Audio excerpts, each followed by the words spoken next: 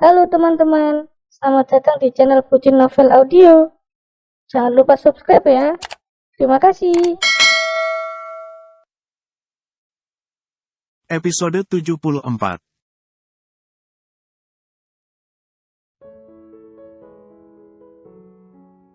Dengar papahnya Kalandra bilang gitu, saya jadi takut sendiri.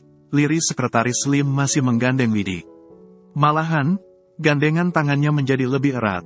Jangan mikir macam, doa terbaik saja. Semuanya pasti akan baik, baik saja, lirik Widi meyakinkan sambil menatap sekretaris Slim. Setelah menyimak, sekretaris Slim mengangguk, ya sudah, 2 minggu lagi, saya pasti kesini. Mendengar penegasan barusan, Widi merasa, ada janji yang seketika mengikat hubungan mereka. Janji yang juga membuat status hubungan mereka makin kuat. Hati Widi menjadi berselimut rasa hangat karenanya. Sebelum kebersamaan mereka benar usai, mereka sengaja menunaikan salat tarawih berjamaah di masjid kemarin. Semuanya tampak khusyuk tanpa terkecuali Pak Haji yang sedari awal kebersamaan sudah sibuk patah hati. Dan tak beda dengan acara kemarin, kali ini Arum juga kembali tidak ikut ditemani Ibu Alea dan Cinta. Karena di tarawih kali ini, Ciko yang tidak tidur sengaja diajak oleh Tuan Mahesa. Dokter Andri, Assalamualaikum, sudah tidur, belum? Membaca pesan tersebut, Widi yang memang baru akan bersiap tidur, walau sang mamak maupun ketiga anaknya sudah lelap, menjadi bingung. Ngapain Dokter Andri mendadak wah? Memangnya dia nggak tahu kalau aku sudah lamaran, pikir Widi yang kemudian refleks menatap cincin emas yang kini menghiasi jari manis tangan kirinya. Cincin emas yang sedang sangat berkilau, kilaunya, mirip hati dan cintanya kepada pemberinya. Ya sudah aku balas, enggak sopan juga kalau nyuekin orang apalagi sahabat Mas Kala, pikir Widi yang berangsur duduk di pinggir tempat tidur. Widi, Waalaikumsalam, Dok. Iya, ini baru mau tidur. Oh, iya, apa kabar mamahnya dokter, sudah mendingan, kan? Seperti biasa, kali ini Dokter Andri juga langsung membalas. Dokter Andri, Alhamdulillah, Setelah proses panjang karena mamaku memang sekeras baja, akhirnya mama mau menyadari kesalahannya. Mama juga ingin minta maaf ke kamu. Widi, oh, Alhamdulillah kalau gitu. Dokter Andri, dan yang lebih alhamdulillahnya lagi, akhirnya mama restuin hubungan kita. Refleks Widi yang langsung tidak bisa membalas pesan dari Dokter Andri lagi. Jemarinya mendadak kaku lantaran ia terlalu bingung. Widi, dokter enggak salah. Mas Lim, masih online, kenapa belum tidur? Pesan yang dikirimkan sekretaris Lim barusan langsung membuat nyali Widi menciut. Ya ampun Mas Lim ternyata langsung jadi hansip wah, Dokter Andri, salah gimana? Saya serius, Dan papaku juga dukung banget. Ini aku harus balas siapa dulu? Widi hendak membalas pesan dari sekretaris Lim, tapi pesan dari Dokter Andri yang terus berdatangan, membuatnya salah ketik dan nyaris mengirimkannya kepada Dokter Andri. Bentar, aku ke ruang obrolan Mas Lim dulu, yakinnya yang kemudian langsung melakukan sesuai niat. Widi, ini masih balas wah, Mas. Bentar lagi pasti juga tidur. Terus, kenapa Mas belum tidur? Mas Lim, ini mau tidur juga, sudah rebahan? Cek wah, status kamu sepi, tapi kamu online. Widi, memangnya, Mas berharap aku bikin status wa apa? Mas Lim, Alhamdulillah, contohnya. Widi, takut dikira pamer, Mas. Mbak Arum bilang, jangan sering bikin status takut dikira sosialita yang sering pamer. Widi, jadi sekarang, aku paling pasang status dagangan. Paling sama foto anak. Dan karena sekarang sudah enggak boleh dagang, berarti makin jarang bikin status. Mas Lim, lihat foto profil baruku. Detik itu juga Widi langsung membeku walau dadanya seolah sudah penuh petasan rentet yang tak hentinya meledak. Foto profil terbaru sekretaris Lim merupakan foto tangan kiri mereka yang sudah memakai cincin pengikat. Saat mereka masih duduk bersebelahan di rumah makan Arum bersama yang lainnya, tapi sekretaris Lim diam meraih, kemudian menggenggam tangan kiri Widi. Namun Widi yang saat itu sudah langsung panas dingin, tidak menyangka bahwa sekretaris Lim sampai mengabadikan tangan mereka yang saling menggenggam di pangkuan, melalui bidik kamera dan kini menjadi foto profil baru sekretaris Lim. Widi, love. Mas Lim, emoji hati. Widih, lihat foto profilku. Sekretaris Lim yang sudah meringkuk sambil mendekap bantal guling di kamar hotel dirinya menginap, langsung bersemangat memastikan. Ternyata foto profil Wawidi memang sudah berubah. Wanita itu memakai foto punggung Sekretaris Lim, ketika dikelilingi ketiga anak Widi yang sibuk menempel kepada Sekretaris Lim. Layaknya Widi, Sekretaris Lim juga tak menyangka, Widi akan mengabadikan momen tersebut. Widi, alasanku enggak ragu menerima Mas Lim, bagi fotonya. Selain menulis balasan tersebut, Sekretaris Lim juga sampai memberi reaksi hati kepada pesan Widi yang mengatakan foto profilnya sebagai alasan Widi tak ragu menerimanya. Setelah mengirim sederet foto kepada Sekretaris Lim, Widi sengaja membuka ruang obrolannya dengan Dr. Andri. Widi, Dok, sebelumnya saya minta maaf. Tapi sebelum Isya tadi, saya sudah lamaran. Bahkan, Widi sampai mengirim foto profil Sekretaris Lim ke Dr. Andri. Sekretaris Lim, tidur, jangan begadang. Besok lanjut sahur. Widi langsung mesem membacanya walau ia baru melihat sebagian pesan dari Sekretaris Lim dan itu di atas layar ponsel. Mas Lim diam posesif banget. Kemudian ia langsung meninggalkan ruang obrolan nya dengan Dr. Andri. Toh, Dr. Andri langsung tidak membalas. Walau Widi juga langsung khawatir, pria itu terluka bahkan bisa jadi lebih parah dari Pak Haji karena status terbarunya dengan Sekretaris Lim. Widi, besok ke Jakartanya beneran sehabis sahur. Sekretaris Lim, pengen ketemu dulu, sih. Widi langsung meringis kegirangan saking bahagianya. Ya Allah, berasa balik jadi abek yang baru ngerasain indahnya pacaran, batinnya. Sekretaris Lim, harusnya sih enggak hilang walau aku enggak ikut rombongan. Biasanya laki, makin malam makin enggak jelas bahasnya, batin Widi lagi.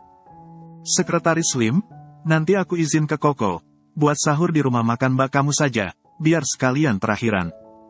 Widi, oke, sekarang Mas izin, terus tidur. Sekretaris Lim, White. Widi, oke, Mas. Tak lama kemudian, Widi mendapat bukti tangkap layar Sekretaris Lim dengan Tuan Mahesa. Sekretaris Lim, oke, emoji hati. Melihat Sekretaris Lim yang ia yakini menjadi sangat kegirangan, Widi malah langsung merasa bersalah. Widi, besok ya, Mas, kalau kita sudah menikah, aku pasti ikut Mas ke Jakarta. Kalau dipikir, aku jahat banget kalau aku tetap di sini dan Mas di Jakarta. Sekretaris Lim, alhamdulillah, akhirnya sadar, emoji hati. Kayaknya abis ini aku bakalan tidur nyenyak. Besok pukul 2, tolong bangunin, ya takut telat. Widi, ya sudah, selamat tidur. Mimpi indah, emoji hati 3 kali. Sekretaris Lim, iya, aku beneran mau langsung tidur. Tapi, anak juga sudah tidur, kan, tadi aku pamit ke mereka, sama mereka enggak boleh. Meninggalkan obrolan Sekretaris Lim dan Widi yang makin intens, Kalandra yang awalnya sengaja memeriksa pemberitahuan di ponselnya, langsung terusik oleh dari Dr. Andri. Andri, Kal, memangnya bener, Widi sudah lamaran. Duh, nih orang ya, lirih Kalandra hingga Arum yang sudah tidur di sebelahnya, terusik. Kenapa, lirih Arum berat khas orang mengantuk. Kalandra langsung menggunakan tangan kirinya untuk mengelus kepala Arum yang sudah tak lagi tertutup jilbab. Andri, bentar. Oh, Arum sama sekali tidak berpikir yang sedang Kalandra dan Dr. Andri bahas malah Widi.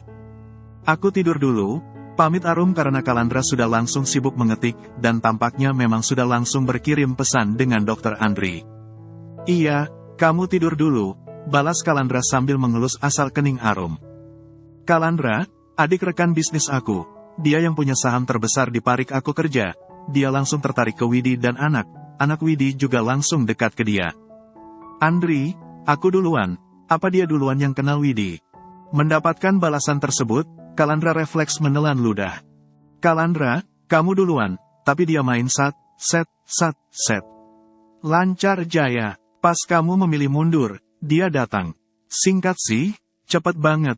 Alhamdulillah, rasanya beban langsung berkurang melepas Widi ke laki yang tepat. Kalandra, bukan bermaksud bagaimana, ya, Andri. Kamu sama Widi memang sama baik, Tapi andai kalian terus bersama, kalian akan jadi enggak baik saja. Apalagi mama kamu enggak setuju pakai banget ke hubungan kalian. Andri, sekitar 10 menit lalu, akhirnya mamaku kasih restu. Kalandra, tetap telat. Memangnya, apa yang bikin mama kamu berubah pikiran? Andri, sudah enggak penting sih, Kal. Toh sekarang Widi sudah sama tunangannya. Kalandra berangsur menghela napas dalam. Kalandra, menang, sudah enggak penting lagi. Karena yang penting sekarang, Widi beneran sudah bahagia dengan laki-laki yang tepat. Jadi, kamu juga harus bahagia dengan wanita yang tepat. Andri, minta doa terbaiknya, Kal. Kalandra, selalu. Doa terbaikku selalu menyertai kamu, Andri. Namun semua yang kamu alami juga balik lagi ke kamu. Jadi jangan ragu buat melakukan perubahan dimulai dari diri kamu. Kamu sadar, kamu enggak bisa mengubah mama kamu. Saranku sih, kalau mama kamu masih apa serba mengancam, sudah kamu keluar saja dari rumah kamu. Kamu ngontrak apa gimana sama Nisa? Soalnya kasihan juga kalau Nisa terus hidup sama mama kamu yang pemarah, kasar enggak beradab. Masih kecil sudah harus jadi penampung mama kamu. Mental dan hati Nisa pasti enggak baik saja. Andri, iya, Kal, aku juga sudah ada niat begitu. Tadinya mau ajak Widi, tapi sudah begini. Ya sama Nisa, yang penting Nisa dulu. Gimana, Deli, Widi, dia mau lawat, Mama, kan, kalau dia enggak mau, kali wanita lain saja. Jangan nikah sama dia. Ibu Muji yang sudah mulai bisa bicara walau dengan suara yang cadel, menatap serius kedatangan sang putra. Sekitar 30 menit yang lalu, Andri yang sudah ia beri lampu hijau untuk hubungannya dengan Widi, pamit keluar. Yang Ibu Muji tahu, sang putra akan langsung menghubungi Widi, menyampaikan restu yang ia beri. Dokter Andri menunduk lesu, kemudian menghela napas dalam, enggak, Mah. Widi baru lamaran sama pengusaha yang dari Jakarta. Mereka akan menikah 1 bulan lagi. Ucapnya pasrah seiring ia yang melangkah menjauh dari sana, menuju sofa lipat sang putri sudah lelap. Balu kemalin sudah sama laki lain, emang dasar wanita enggak benel itu, gila Alta. Najis, kesal Ibu Muji yang langsung dilempar bantal sofa oleh Dokter Andri. Bantal sofanya mengenai wajah Ibu Muji. Karena daripada berteriak apalagi mengucapkan kata kasar, Dokter Andri lebih memilih membungkam sang mamah dengan apa yang baru saja pria itu lakukan. Dokter Andri tak mau, mental Nisa makin terluka karena memiliki nenek seperti Ibu Muji. Dikasih keadaan seperti sekarang, Mama masih belum sadar juga, kesal Dokter Andri dengan suara lirih. Lama aku capek, Mah. Aku capek berurusan dengan Mama yang selalu ingin disembah. Aku capek menjadi bagian dari Mama yang selalu menganggap remeh orang lain. Aku malu punya Mama Ci seperti Mama, lanjut Dokter Andri. Sekarang, kalau Mama memang masih mau diurus, Mama harus nurut. Kalau Mama memang enggak mau diurus, sekarang juga aku pergi. Papa pun aku pastikan pergi. Biar Papa menikah lagi, biar Papa dapat istri yang layak, yang manusiawi. Mama enggak perlu mengurus kehidupan orang lain, apalagi kehidupan Widi karena hidup Mama saja enggak jelas. Daripada Mama terus enggak tahu diri begini, mending aku masukin Mama ke panti jompo sekalian. Ibu Muji menatap tak percaya sang putra yang baginya kurang ajar. Kamu ya, Deli. Disekolahin tinggi, sampai jadi dokter sukses kayak sekarang, malah kulang ajal. Pelgi, kamu, enggak tahu diri. Tanpa pikir panjang, Dokter Andri yang masih menyimak serius, berangsur mengangguk. Oke. Ibu Muji tak peduli walau detik itu juga, Dokter Andri sungguh membereskan barangnya maupun buku dan perlengkapan tulis Nisa yang sempat mewarnai meja. Kemudian, yang langsung Dokter Andri lakukan adalah membangunkan Nisa. Dokter Andri melakukannya dengan sangat lembut, kemudian mengembannya penuh sayang. Ngantuk Papa, sahurnya bentar dulu, rengek Nisa. Dokter Andri sungguh membawa Nisa pergi dari sana. Tak peduli walau ia kerepotan karena harus membawa 3 tas sekaligus. 1 tas sekolah Nisa, 1 tas kerjanya, dan 1 lagi selaku tas paling besar, merupakan ransel mereka. Kita lihat sampai kapan kamu tahan. Awas ya, jangan ngalep walisan, kecam Ibu Muji. Ya Allah, semoga hamba tidak termasuk dalam orang tua Luknut seperti mama hamba. batin Dr. Andri yang menembus keheningan sekaligus kegelapan malam yang menyelimuti rumah sakit.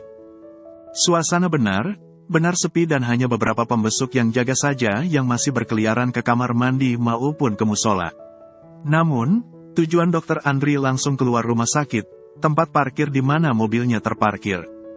Yang dengan kata lain, di ruang rawatnya, Ibu Muji benar sendiri karena sang papa tengah dirawat di klinik pribadi. Efek kelelahan menjaga Ibu Muji, kesehatan Pak Ardi memang langsung memburuk. Tak semata karena harus terjaga 24 jam, tapi juga efek Ibu Muji yang jika diurus malah makan hati. Sementara itu, sekitar pukul 2 pagi sebelum yang lain keluar dari kamar, Widi sudah sampai salat tahajud. Selain Widi yang juga sudah sampai membangunkan Sekretaris Lim. Kini, di hotelnya menginap, Sekretaris Lim sudah langsung bersiap untuk pertemuan mereka. Ketika Widi keluar dari kamar, kesunyian masih menyelimuti, tapi pintu dapur dalam keadaan terbuka dan lampu pun menyala semua. Menandakan di sana memang sudah ada aktivitas dan Widi yakini Arum yang tengah mulai masak. Sapaan dari Widi membuat Arum yang tengah mengeluarkan setiap kotak makanan dari kulkas, terusik. Arum menatap heran Widi, sudah rapi, mau pergi. Widi langsung tersenyum tak berdosa. Mau sahur bareng Mas Lim di rumah makan Mbak, ucap Widi. Mas Lim bilang, sudah dapat izin dari Mas Kala sekaligus Ko Mahesa. Oh, kenapa enggak sahur di sini saja, ucap Arum. Ih, sayang, kamu kayak enggak pernah ada di posisi mereka saja, ucap Kalandra yang kebetulan memang baru datang. Kalandra masih tampak terkantuk, walau wajah dan rambut sekitar wajahnya tampak masih setengah basah. Anak masih tidur, tanya Kalandra. Widi mengangguk, tadinya suruh diajak, tapi mereka masih pulas banget. Kalandra menggeleng, enggak usah dibangunin, mereka pasti masih capek. Biar kalian ada waktu berdua juga. Enggak apa, sudah sana pergi, yakinnya. Widi yang memakai masker putih tanpa merias wajah berlebihan, langsung tersenyum ceria menatap Kalandra. Makasih, banyak, Mas. Arum yang awalnya tengah menghangati rendang daging dan telur, sampai tidak fokus dan memilih mematikan apinya. Arum memeluk Widi yang ia yakini sudah sangat terharu, tapi tak mungkin memeluk Kalandra. Karena yang ada, Kalandra juga lebih nyaman memeluknya. Kalandra hanya sesekali mengelus kepala Widi, atau malah menepuk punggung Widi. Sudah, kalau mau peluk saja. Nangis juga enggak apa karena nanti pasti akan ada masa kita rindu ini. Momen seperti sekarang beneran enggak akan terulang, yakin Kalandra masih berucap lirih dan memang sengaja menjaga suaranya. Makasih banyak, Mas, lirih Widi terisak nelangsa. Hanya saja, alasannya terisak nelangsa kali ini karena ia terlalu bahagia. Bayangkan jika ia tidak mengikuti arahan dari Arum dan Kalandra, otomatis ia masih menjadi keset Agus sekeluarga hanya karena kebucinannya. Walau Arum tengah memeluk Widi, berlinang air mata wanita itu menoleh ke belakang, kemudian menghadiahi sang suami kecupan di pipi. Sekitar 10 menit kemudian, Sekretaris Lim sungguh datang. Pria itu masuk dan langsung izin pada mereka yang tengah bersiap sahur. Iya, Koko kamu juga sudah izin. Ya sudah, kalian hati, ucap Kalandra dan memang tidak mempersulit izin Sekretaris Lim. Kalandra sudah sangat percaya kepada Sekretaris Lim, apalagi pria berusia 29 tahun itu merupakan adik Tuan Mahesa, rekan bisnis yang kini malah menjadi sahabat baiknya. Yang mengantar kepergian Sekretaris Lim dan Widi, hanya Arum dan Kalandra. Keduanya mengantar hingga depan gerbang. Mereka romantis banget, lebih romantis dari Koko sama Alea, komentar Sekretaris Lim. Di sebelah Sekretaris Lim, Widi yang ikut mengawasi kebersamaan Arum dan Kalandra, langsung tersipu. Di belakang sana, Kalandra memang langsung mendekap Arum dari belakang, padahal kedua sejoli itu sedang melepas kepergian mereka. Aku juga ingin romantis seperti mereka walau sudah bukan pengantin baru, ucap Widi sambil menatap malu Sekretaris Lim yang duduk di sebelahnya.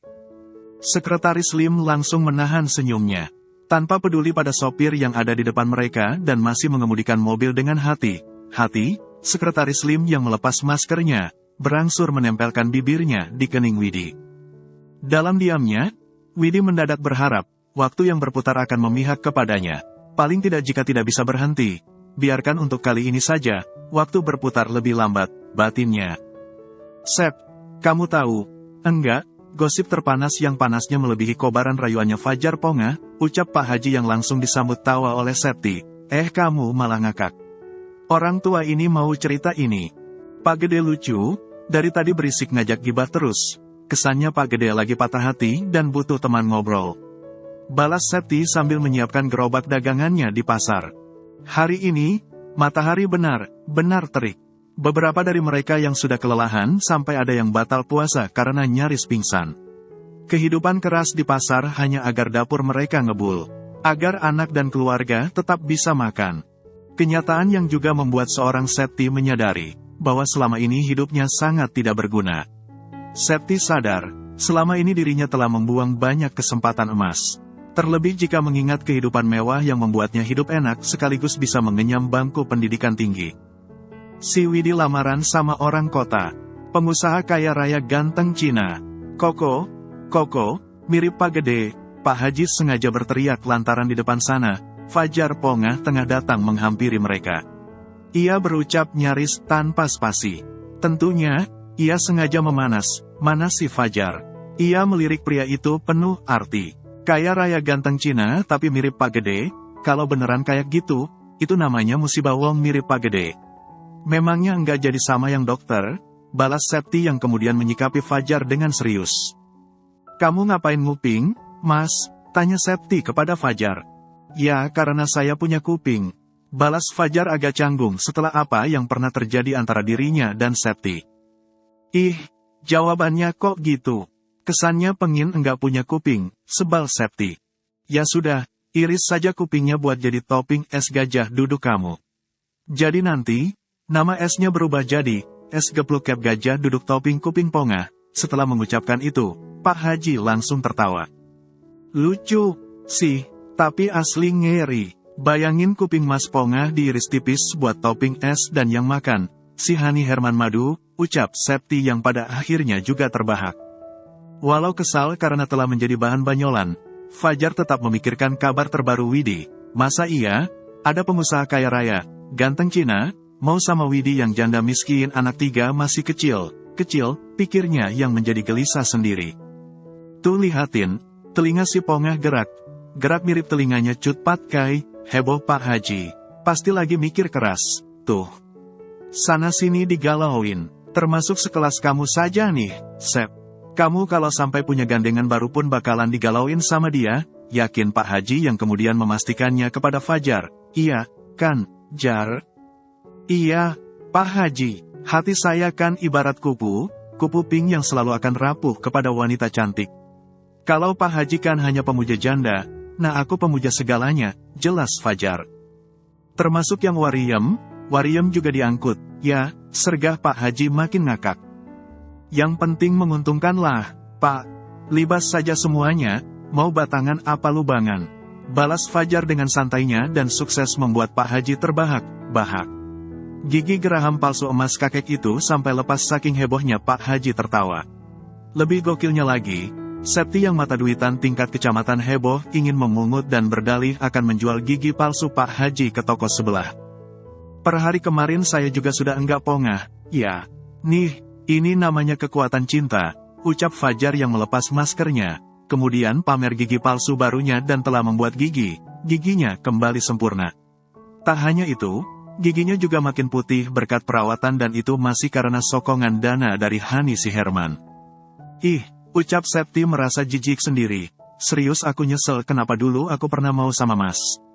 Mas ya, beneran enggak punya harga diri, kecamnya. Pak Haji yang masih tertawa tanpa peduli tawanya membuat gigi gerahamnya yang lepas tampak sempurna. Juga setuju dengan anggapan Septi. Bener, Sep. Jadi orang harus punya harga diri. Kalaupun kamu pemain wanita atau pria, paling enggak karena kamu memang punya modal, bukan karena ingin dapat modal. Fajar mantan Pongah mengembuskan napas dalam melalui mulut, andai hidup semudah omongan Pak Haji. Sini, aku gepluk, biar lebih mudah.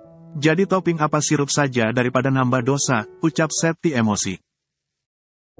Bersambung dulu ya teman-teman.